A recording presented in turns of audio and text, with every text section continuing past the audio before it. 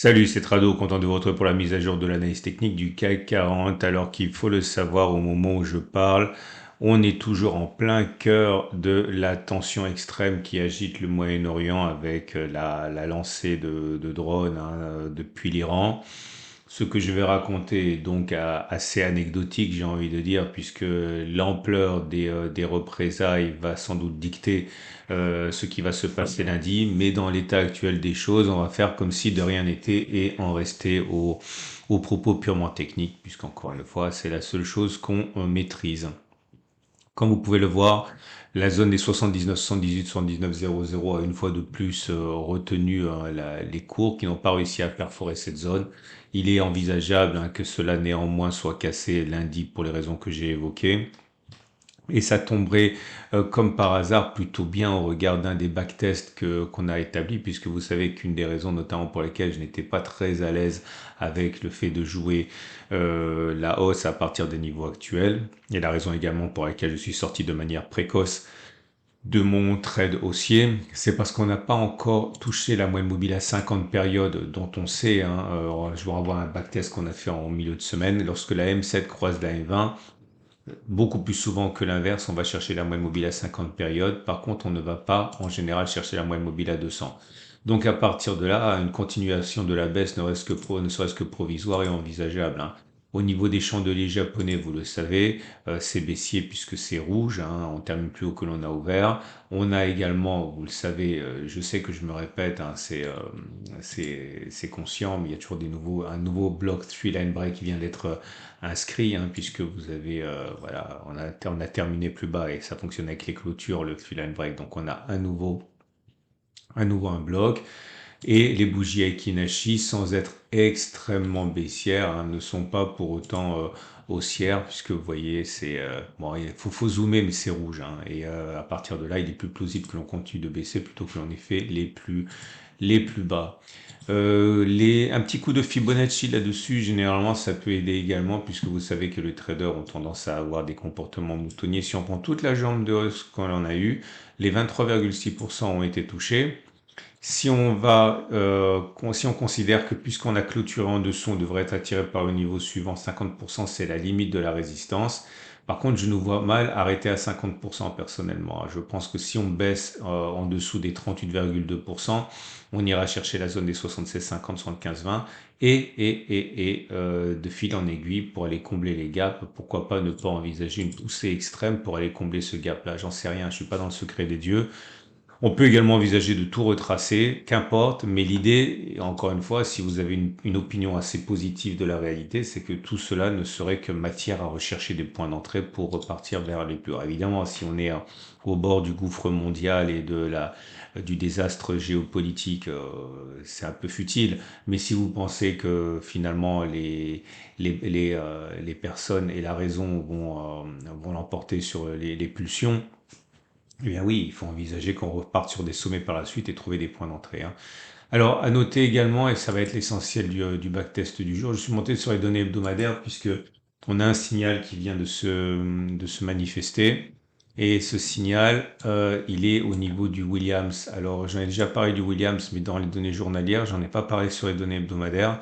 Et vous savez, hein, le problème des signaux baissiers, c'est qu'ils fonctionnent beaucoup moins bien que les signaux haussiers sur les indices. On va voir si le signal baissier sur l'unité de temps hebdomadaire ici est intéressant. Alors, j'ai regardé le Williams, il est passé en dessous de moins 20, ok. Le Williams, il évolue entre 0 et moins 100, il a des zones de surachat et de survente, c'est moins 20 et moins 80. Et clairement, on vient de passer en dessous de moins 20, donc signal de vente. Si on était passé au-dessus de moins 80, c'était un signal d'achat, comme ici. Ouais, ça fonctionne pas mal. Et j'ai regardé deux choses. Alors là, par exemple, j'ai mis 2 pouces verts parce qu'une fois que le signal baissier a été donné, c'était sur cette bougie. Vous voyez, on était en surachat, on est passé en dessous de la zone de surachat. Donc j'ai pris ça comme le signal, c'était sur cette bougie. Si on met le stop de protection au-dessus des plus hauts qui ont été atteints dans la zone de surachat, le plus haut qu'on a atteint dans la zone de surachat, c'est ici. Donc si on met le stop de protection ici, et que l'on regarde ce qu'on a parcouru à la baisse, on voit qu'on a fait moins 10% avec un stop de protection au-dessus des plus hauts. Donc c'était à enfin plus 3%. Donc on voit qu'on a fait au moins une clôture en dessous, ça a été le cas des ces bougies-là, et on a également fait au moins la même distance au stop de protection vers le bas. Donc c'est pour ça qu'il y a deux pouces verts là, c'est-à-dire que vous avez un pouce vert et un pouce rouge, parce que si elle était donnée sur cette bougie-là, on voit que si on met le stop de protection au-dessus des plus hauts du signe du plus haut du cycle de surachat, c'est ici à 3,14. On n'a pas réussi à faire moins 3,14, on a fait que moins 1,88, mais on a quand même fait une clôture plus bas. Donc c'est là, c'est pour ça qu'il y a un pouce vert et un pouce rouge. Ok, bon, que du très classique, hein, c'est la façon la plus rapide de tester les choses que j'essaie de vous communiquer depuis des années et des années. Et au bout de 30 occurrences, voilà attendez, oui, voilà la conclusion.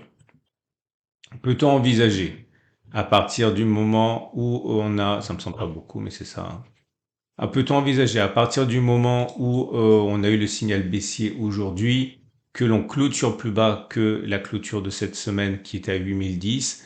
La réponse est oui, hein. Ça a fonctionné ainsi 19 fois, ça a échoué 11 fois, dans 63% des cas, quasiment 2 fois sur 3, on clôture plus bas. Donc ça peut se comprendre d'un manière suivante. Si vous êtes en position baissière, il n'y a pas d'urgence à sortir. Si vous voulez acheter, il n'y a pas d'urgence à acheter non plus parce qu'il est plausible que vous ayez un meilleur prix plus tard.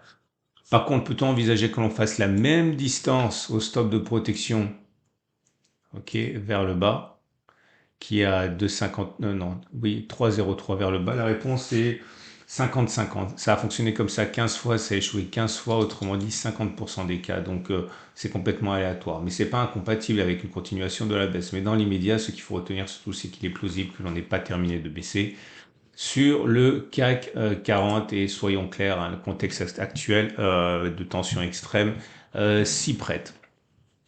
Au-delà, rien de plus. On va donc passer au trade du jour.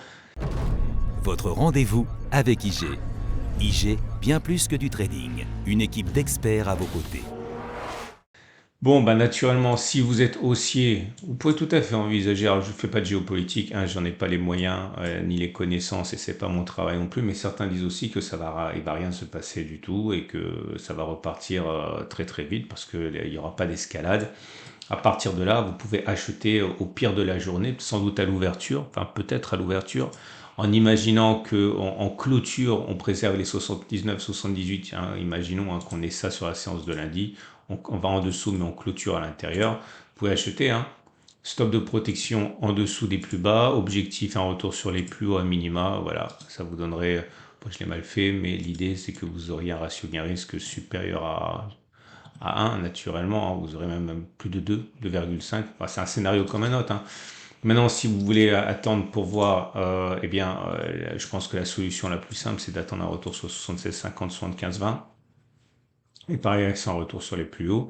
Maintenant, le scénario baissier, je pense qu'il faut le prendre maintenant, si vous l'avez, hein.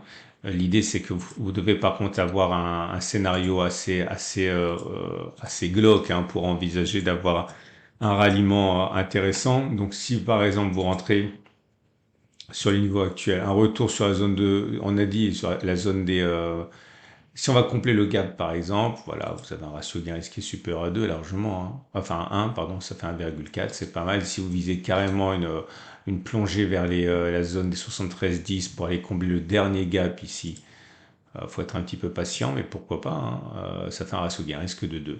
Ok. Bon, quant à moi, je fais rien. Je viens juste de sortir de mon trade dossier. Je vais digérer. Vous savez, je me plains pas parce que bon, c'est comme ça, on va pas se plaindre non plus. Mais c'est difficile de prendre de vous proposer des trades en aveugle parce que vous avez bien vu que parfois ça se passe pas du tout comme prévu et on est obligé de faire ce qu'on a dit qu'on ferait. Donc là, c'est trop d'incertitude. Je dis rien, je vais attendre et puis je vous donnerai une idée de trade lorsque j'en aurai. Voilà. Pensez à regarder à la fin de cette vidéo la préparation de la semaine de trading pour lundi, les cryptos, très grosses opportunités sur les cryptos, l'or évidemment sur des niveaux records, préparez votre retraite avec des ETF, bon tout ça, ça vous attend, excellente journée et pensez à liker si vous avez aimé ce format, pour moi c'est très important et si vous voulez trader, eh bien vous avez mon partenaire IG comme d'habitude pour découvrir ça et à demain pour la mise à jour, à tout de suite pour d'autres vidéos.